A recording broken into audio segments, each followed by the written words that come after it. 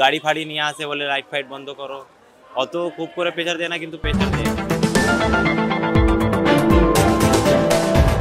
সমস্যা হচ্ছে মানে আমরা যেরকম আগে দোকান লাগাতাম, পুলিশ এসে বলছে বারবার পিছনে চলে যেতে, আমরা পিছনে গেলেই একটু আমাদের অসুবিধা হচ্ছে। আর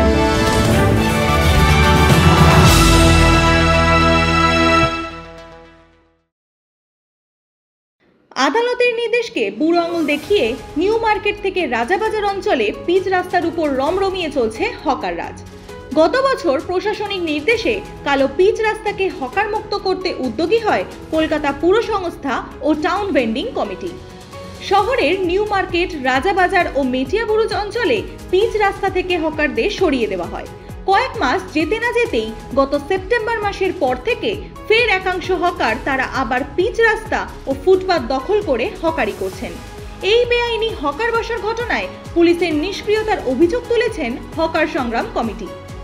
নিউ মার্কেট থানার ওসির মদতেই এই কাজ চলছে বলে অভিযোগ তাদের। এই রাস্তাগুলোকে খালি করতে পারলাম নিউ মার্কেটের দ্বারা উৎসাহিত হয়ে, উজ্জীবিত হয়ে আমরা দেখতে পাচ্ছি ক্যানিং স্ট্রিট থেকে শুরু করে আমার চাঁদনী, রাজাবাজার, যেখানে গাড়ি স্মুথে যেত সে সবগুলো আবার রাস্তায়, পিচের রাস্তায় চলে আসছে। এগুলো পুলিশ কমিশনার দেখতে পাচ্ছেন না। পুলিশ কমিশনার পারছেন না, তার মানে পিছনে কি কোনো বড় খেলা আছে? আমাদেরকে অবাক করছে। পুলিশ কমিশনার পারছেন না থানার ওসিকে টাইপ করতে। কেন তাকে ট্রান্সফার করা হচ্ছে না?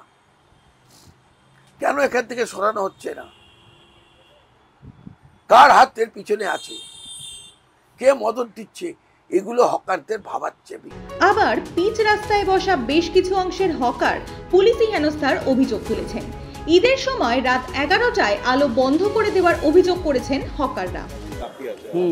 এখন কালকে দিয়ে বাজার একটু উঠেছিল, কিন্তু বৃষ্টির জন্য বাজার একটু ডাউন হয়ে গেছে। সমস্যা হচ্ছে মানে আমরা যেরকম আগে দোকান লাগাতাম, পুলিশ এসে বলছে বারবার পিছনে চলে যেতে, আমরা পিছনে গেলেই একটু আমাদের অসুবিধা হচ্ছে, আর কিছু না।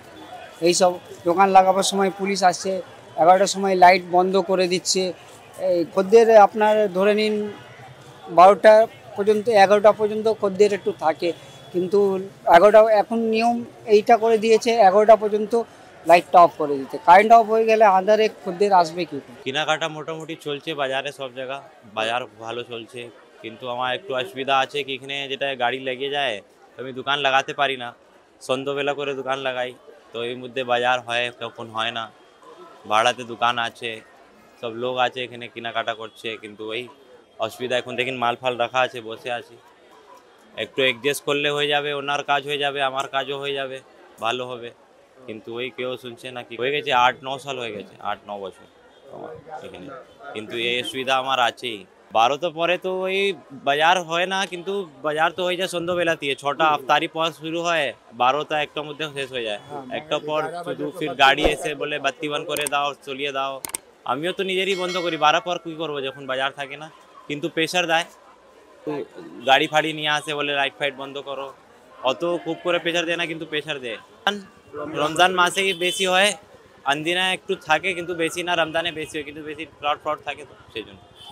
যদিও পিচ রাস্তায় বসা হকারদের এই অভিযোগ অস্বীকার করে হকার সংগ্রাম কমিটির সাধারণ সম্পাদক বলেন, এ ধরনের কোনো সিদ্ধান্ত প্রশাসন বা টাউন ভেন্ডিং কমিটির তরফে নেওয়া হয়নি।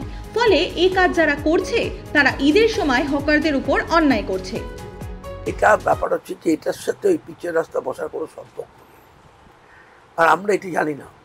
কারণ ঈদের সময় তো পুরো রাত্রি ঝরে ব্যবসা হয়, আমরা জানি না এটা কোথায় বলছে। এটা টাউন ভেন্ডিং কমিটির সিদ্ধান্ত নয়, বা সরকার প্রশাসনের সিদ্ধান্ত নয়। কারা বলছেন, কেন বলছেন, এটা আমাদের কাছে ধারণা নেই, আমাদের বলেও আমরা জানি না। এটা বলতে পারে না। ঈদের সময় নিউ মার্কেট জমে ওঠে, ঈদের মার্কেট, নিউ মার্কেট হোল লাইট মার্কেট হয় এইরকম।